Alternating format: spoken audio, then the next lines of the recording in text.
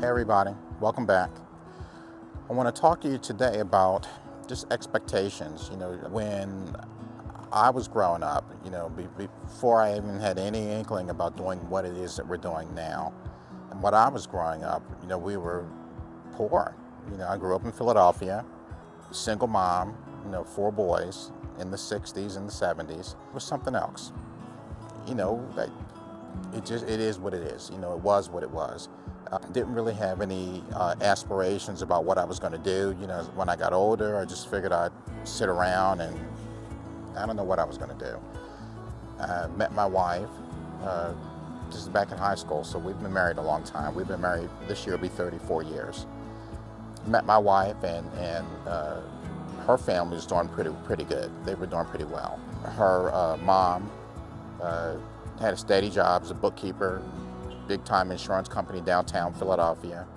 Her dad and her stepmom both worked at the Postal Service. They both worked for the post office. I had already kind of wanted to do the post office thing because I always saw my mailman, saw that guy every day and he was doing what it is that he was doing. So I kind of thought about that I might do that. And then, talked to my wife's father. He basically told me what the steps were and we kind of went from there.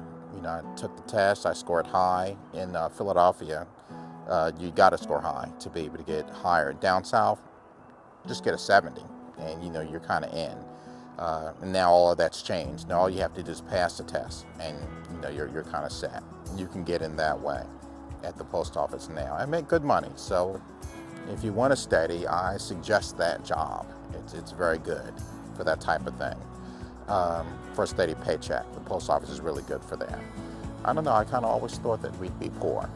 My whole life, that's what I thought. But, the more I got out and I met more people and kind of figured out and kind of watched and saw what other people were doing, that gave me the inkling to stop doing this stuff, because all I ever knew was this stuff, and kind of move on to do these other things where these people who are doing well, I need to do what they're doing instead. And over time, I started working at the post office. I was making really good money, way back in 1985. I was making $9.63 an hour, which, back in 85 was really good money. I had just came from a job making $3.35 an hour, minimum wage. So to go to $9.63 an hour was a huge leap right there at one time. And the salaries has only increased since that time.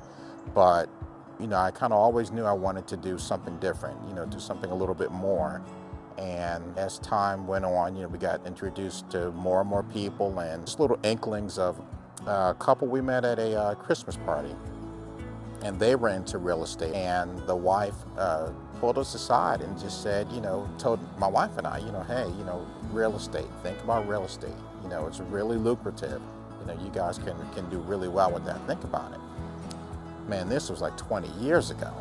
And my wife and I kind of, pittered around about that for a while, and that conversation would come up every once in a while. It would come up when we would talk about it. Finally, this thing happened, with our grandkids coming along, and my wife wanted to do the real estate, and we kind of went from there. But,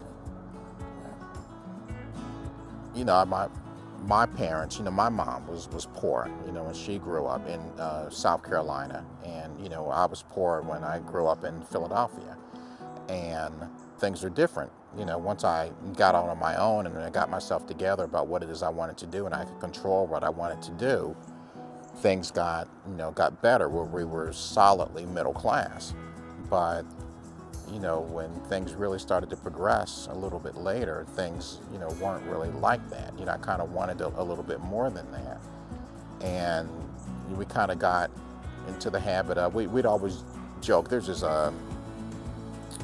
comedian, Earthquake, and he was joking about breaking the cycle of poverty, breaking that cycle, and when my wife and I, even though we joke about it, there's a lot of truth to that also. There's got to be somebody in your line, somebody in your family that is that is not just concerned about themselves. They're not just concerned about today, right now. They're not concerned about just making money for today so that their family is okay.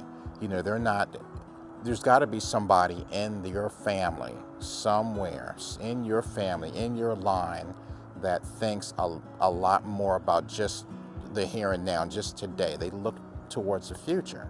And if you can look towards the future, things can be better for you, but not just for you, but for others. There's others in your family, others, that you come in contact with. And for us, that those people were me and my wife. We kind of figured out that's what we wanted to do. And, once we really sat down and figured it out and figured a way to do it, we kind of went with that. And that's what we're doing now, with the houses and the real estate and the generational wealth and all that I talk about and kind of hammer at, every time we have a talk like this. But there's got to be somebody in your family who's not concerned about just themselves or just their immediate family, just the here and now. There's got to be somebody out there who's thinking about the future, who's thinking about, generations from now, that type of thing. Somebody who's not interested in just spending all of their money right now. Everything that they get, they're living paycheck to paycheck. They're just getting that dough right now, and as soon as it hits, it's right back out the door. Or maybe they have enough so that they are, well-to-do in retirement or whatever, but once they pass away, that's the end of the money. It's over and done with.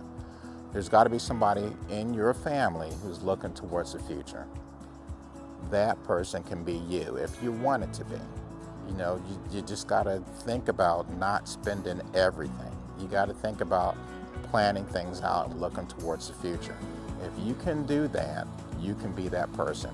Don't you want your family, years from now to look back and say, Grandpa did this, Grandmom did this, Uncle Jesse did this and left this for us.